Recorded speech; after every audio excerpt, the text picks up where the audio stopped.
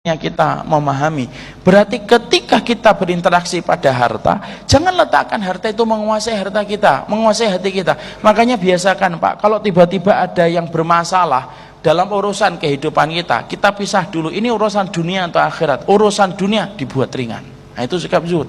Tiba-tiba mobil kita sudah betul-betul diam, tiba-tiba ditabrak brek gitu, padahal kita tidak salah. Turun kita, waduh bagian belakang rusak. Yang nabrak orang tidak punya Pak, kelihatan gitu motornya gitu. Baru nabrak mobil kita, bannya 2 lepas Pak, gitu kan. Dia ngomong maaf ya Pak, maaf saya tidak punya uang. Kita pengennya marah, kalau memang kayak gitu Bu hati-hati Pak. Iya Pak, saya sudah hati-hati tapi remnya ketinggalan di rumah misalnya. Maka kemudian kalau kita mendapati kayak gitu, sudah lihat mobil gitu, ya Allah, ya sudahlah, urusan dunia ringan Pak. Anak kita ternyata kemudian belum diterima di kerjaan apa yang dia inginkan di tempat-tempat profit gitu, itu ternyata tidak diterima Bi, ya sudah, dunia dibuat santai.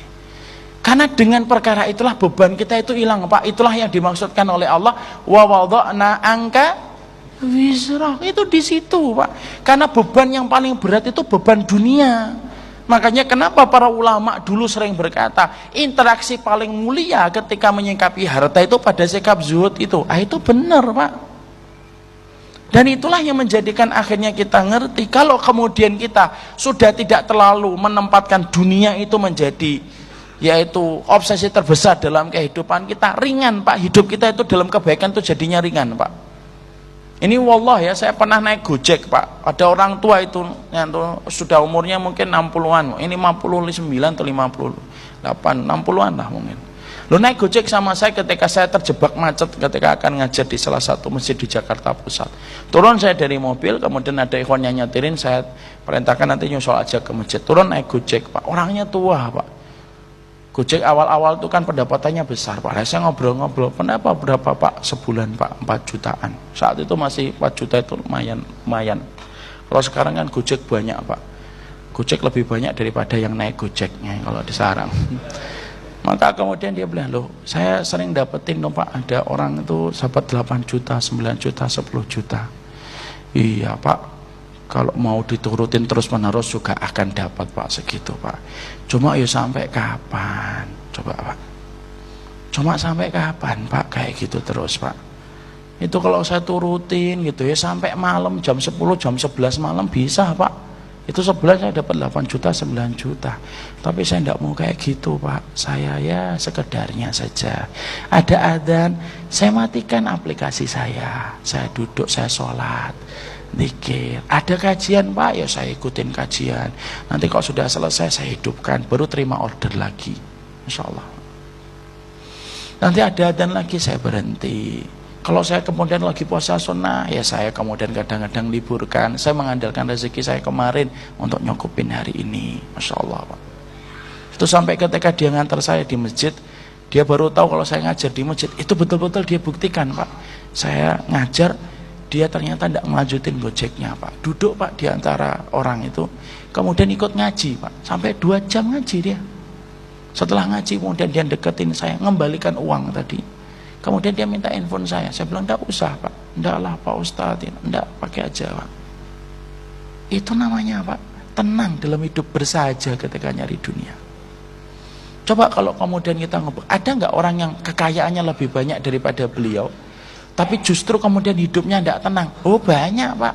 Orang itu sudah punya gaji 30 juta, 40 juta, terus saja pagi bangun tuh yang dipikirkan bisnis, meeting. Makanya mobilnya kesenggol dikit marah-marah, mencak-mencak sampai bisa pukul-pukulan. Karena sudah capek ya Pak. Orang yang paling capek itu kalau mikir dunia Pak. Tapi orang yang paling enggak capek itu kalau mikir akhirat. Makanya akhirnya ketika dia jalan itu, kemudian apa capek gitu, sudah 30 juta, 40 juta, sudah sebanyak itu. Kadang-kadang 10 hari yang terakhir aja itu masih dipakai untuk nyari duit loh Pak. 10 hari yang terakhir di bulan Ramadan. Sudah nyari setahun, Allah minta 10 hari yang terakhir sudah selesai, masuk ke masjid. Lo masih dijadikan 10 hari yang terakhir itu masih dipakai untuk nyari dunia. Ya tidak cukup-cukup itu Pak. Ya enggak? Kemudian rumahnya masih nyicil 15 tahun. mobilnya masih nyicil 23 tahun. Jadi kalau kemudian buka mata nutup mata itu kredit aja yang dipikir. Padahal kerjanya sudah 20-30 juta Pak. Kenapa dia dalam hidup keresahan semacam itu? Ya maaf, sebagaimana kata para ulama, orang kalau kemudian yang difikirkan dunia ketika dia bangun dan ketika tidur, kalau ketika baru membuka mata yang kita fikirkan dunia, kekalutan tiada parah, kepayahan tiada kemudian tiada henti, dan kemudian kegilaan tiada pernah kemudian terakhir, tidak pernah berakhir. Kan gitu akhirnya Pak. Coba lihat Bapak ojek tadi. Saya tanya, beliau bukan tukang pondok, bukan anak santri pondok, bukan orang ustadz, bukan orang yang tampaknya kemudian dari Madinah, enggak Pak, cuma tamatan kemudian MTS, dia bersahaja, motornya pun biasa Pak, tapi menikmati hidupnya itu kerasa, menikmati hidupnya kerasa. Sore pulang Pak, ketemu lagi dengan keluarganya, berkumpul maghrib, sholat, kemudian ke masjid katanya, isya pulang ngobrol dengan istrinya, kemudian istirahat Pak. Coba Pak, kita ini Masya Allah berangkat sebelum matahari terbit, lo pulang matahari sudah tenggelam setenggelam-tenggelamnya, ini baru pulang kita. Loh, tapi kemudian akhirnya ya tidak pernah cukup. Kenapa? Yang hilang itu berkahnya Pak, kalau kemudian zuhud itu sudah tidak ada.